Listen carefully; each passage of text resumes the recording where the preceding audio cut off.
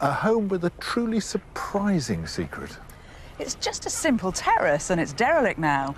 But this was the first foothold in Britain for one of the world's major religions.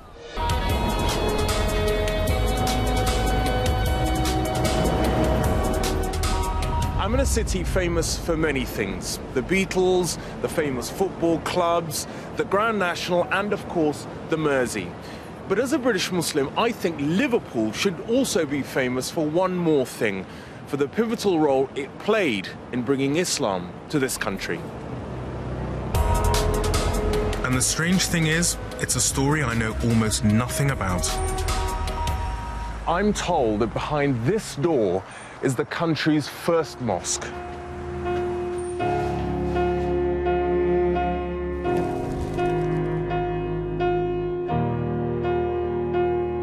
I wasn't sure what to expect, but it certainly wasn't this. I'm meeting Jahangir Khan and Ron Jeeves to uncover this extraordinary mystery.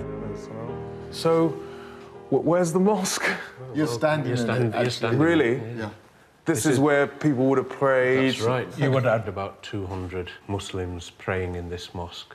Goodness me. It's in the 1890s. You would have had an extraordinary gathering. You would have had British gentry, male and female, people from Liverpool's working classes. I found common names like Jones and Warren and Smith and who'd all converted. Charlton and all converted.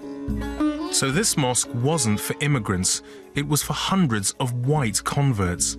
The person who managed to turn devout Christians into the first generation of British Muslims must have been extremely charismatic.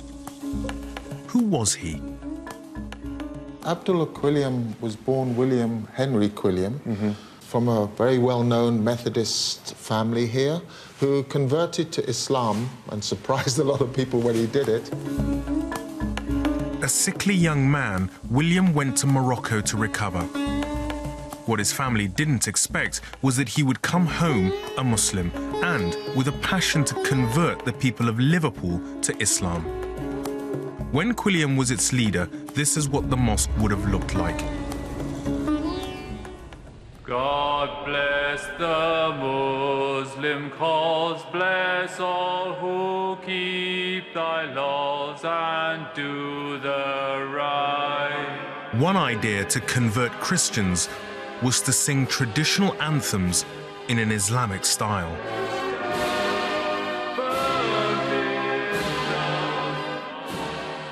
However, not everyone was happy to see a mosque on an ordinary street in Liverpool, and they made their resentment known.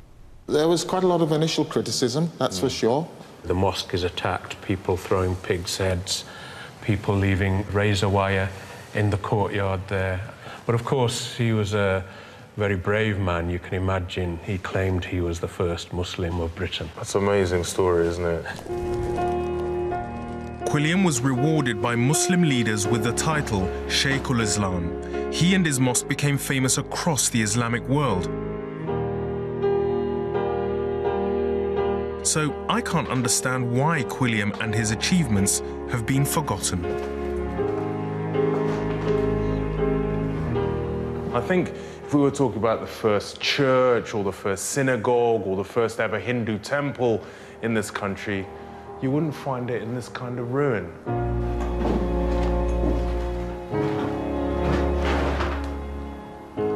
Very sad.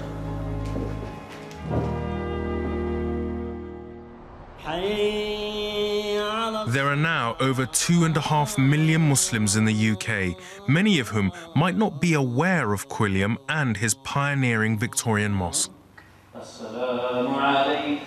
Unfortunately, not enough people, whether they're Muslim or non-Muslim, know about the legacy which Abdullah Quilliam left behind. Abdullah Quilliam was way ahead of his time, and he managed to achieve more than 100 years ago what we, as a Muslim community here in the UK, haven't yet achieved. What he managed to do, which is the most amazing thing, was translate the message of the Prophet Muhammad into a context which made it suitable for the people of Britain. It's essential. It's essential that everybody knows about this man, everybody knows about the mosque, and everybody knows about the work which he did. We can all take lessons from it. Quilliam left Britain and the mosque in 1908. Without his charismatic leadership, his congregation dwindled and the mosque was later sold on to the council. There are now ambitious plans to restore this unique building back to Quilliam's original vision.